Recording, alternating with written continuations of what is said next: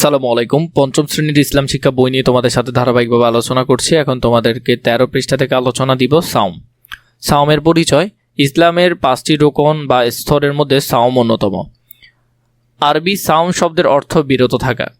সাওমের ফার্সিতে রোজা বলা হয়। সাওমকে কি বলা হয়? রোজা বলা হয়। সুবেহে সাদিক থেকে সূর্যাস্ত পর্যন্ত পানাহার ও রোজা ভঙ্গ হয় এমন সকল কাজ থেকে বিরত থাকাই সাওম বা রোজা।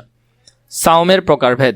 বিভিন্ন প্রকার রোজা রয়েছে, যেমন ফরজ, ওয়াজিব, সুন্নাহ, মুস্তাহাব, মাকরু রোজা। রমজান মাসে রোজা ফরজ, রোজা রাখার মানত করলে তা পালন করা ওয়াজিব। আশুরা ও আরাফার দিনে রোজা সুন্নাহ। শাওয়াল মাসের 6টি রোজা মুস্তাহাব। রোজার ফরজ 2টি। রোজার ফরজ কয়টি? 2টি। একটি হলো নিয়ত করা, আর একটি হলো পানাহার থেকে বিরত থাকা। সাওম ভঙ্গের কারণ। বিভিন্ন কাজের মাধ্যমে রোজা ভেঙে যায়।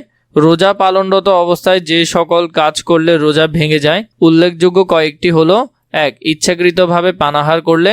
2. ভুলবশত কোনো কিছু খেয়ে রোজা ভেঙে গেছে ভেবে ইচ্ছা করে আরও কিছু খেয়ে ফেললে। দাঁতের ফাঁক থেকে ছোলা পরিমাণ কোনো কিছু বের করে খেয়ে ফেললে। এরপরে হলো যে ইচ্ছাকৃতভাবে বমি করলে।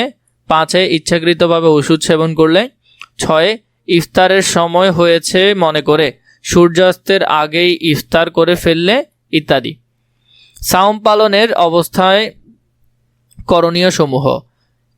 বিভিন্ন হাদিসে উল্লেখিত হয়েছে যে রমজান মাসে ইবাদতে অধিক সওয়াব লাভ হয়, তাই এই মাসে আমরা একাগ্র চিত্তে যেসব ইবাদত করতে পারি সেগুলো হলো: 1. নিয়ত করা। 2. তারাবির নামাজ আদায় করা। 3. সাহারির খাওয়া ও ইফতার করা। 4. ইতিকাফ করা। 5. লাইলাতুল কদর খোঁজ করা। 6. অন্যকে ইফতার করানো। 7. ফিতরা আদায় করা। 8. পবিত্র কোরআন তেলাওয়াত করা। 9. কালিমা পড়া। 10-এ আছে নফল ইবাদত করা। 11-তে আছে সাদকা দান করা। 12-তে আছে জান্নাত লাভের জন্য প্রার্থনা করা। 13-তে হলো জাহান্নাম থেকে মুক্তি চাওয়া ইত্যাদি। সাওমের গুরুত্ব। পবিত্র রমজান মাসে রোজা পালন করা ফরজ। এই মাসে প্রত্যেক প্রাপ্তবয়স্ক সুস্থ মানুষের জন্য মহান আল্লাহর সাওম পালনের আদেশ দিয়েছেন। সাওমের উদ্দেশ্য সম্পর্কে পবিত্র কোরআনে মহান আল্লাহ বলেছেন: হে ঈমানদারগণ, তোমাদের ওপর রোজা ফরজ করা হলো যেমন ফরজ করা হয়েছিল তোমাদের পূর্ববর্তীদের উপর, যাতে তোমরা তাকওয়া অর্জন করতে পারো। সূরা আল বাকারা আয়াত 183। এই আয়াত থেকে বোঝা যায় সাওম পালনের মূল উদ্দেশ্য হলো তাকওয়া অর্জন করা। তাকওয়া এটি আরবি শব্দ, এর অর্থ হলো ভয় করা বা বিরত থাকা। মহান আল্লাহকে ভয় করে সব রকম অপরাধমূলক কাজ থেকে বিরত থাকাই হলো তাকওয়া। মহানবী হযরত মুহাম্মদ সাল্লাল্লাহু আলাইহি সাল্লাম বলেছেন, যে লোক মিথ্যা কথা বলে সে অনুযায়ী কাজ পরিহার করল না, আল্লাহর নিকট তার পানাহার বর্জনের কোনো প্রয়োজন নেই। সহিহ বুখারী। দীর্ঘ 1 মাস সাওম পালনের মাধ্যমে তাকওয়ার অনুশীলন হয়ে থাকে এবং পাপাচার ও লোভ লালসা থেকে বিরত থাকা সহজ হয়। এটি আত্মসংযম ও আত্মশুদ্ধির উৎকৃষ্ট উপায়। সাওম পালনে মুমিন ব্যক্তি কুপ্রবৃত্তি, কামনা বাসনা ও লোভ লালসা থেকে নিজেকে বিরত রাখে। সাওম পালনের সময় মিথ্যা, প্রতারণা, উদ্দেশ্য, পরনিন্দা, পরচর্চা, ধূমপান ইত্যাদি ত্যাগ করতে হয়।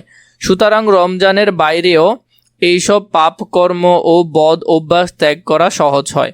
এজন্য মহানবী হযরত মুহাম্মদ সাল্লাল্লাহু আলাইহি সাল্লাম বলেছে, হাদিসে সাওমকে আত্মরক্ষার ঢাল হিসেবে বর্ণনা করা হয়েছে। সাওম কেবল মহান আল্লাহরই জন্য নিবেদিত, তাই এর পুরস্কার স্বয়ং আল্লাহ দিবেন। হাদিসে কুদসিতে সাওম পালনের পুরস্কার সম্পর্কে মহান আল্লাহ ঘোষণা করেছেন, সাওম কেবল আমারই জন্য, আমি নিজেই এর প্রতিদান দিব। সহিহ বুখারী।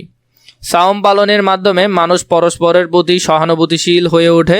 পানাহার ত্যাগের মাধ্যমে ধনীরা দরিদ্রদের অনাহারে অর্ধহারে জীবনযাপনের কষ্ট বুঝতে পারে।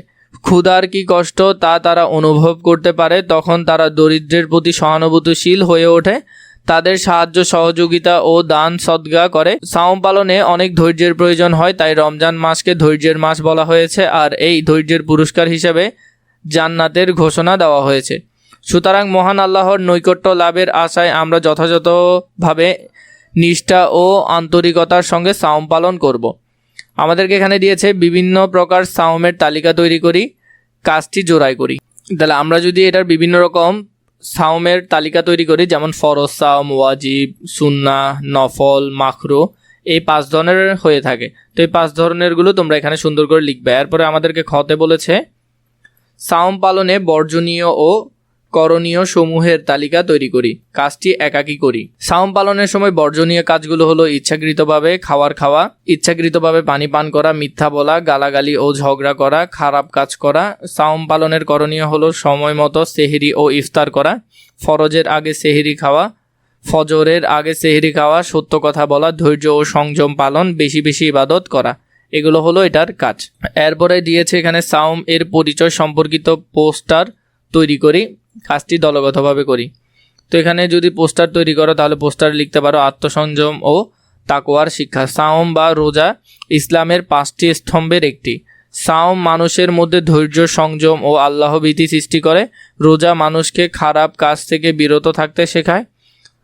সঠিকভাবে সাওম পালন করলে আল্লাহর নৈকট্য লাভ করা যায়। এখান থেকে সুন্দর করে এই উত্তরটা এখানে লিখে ফেলবে।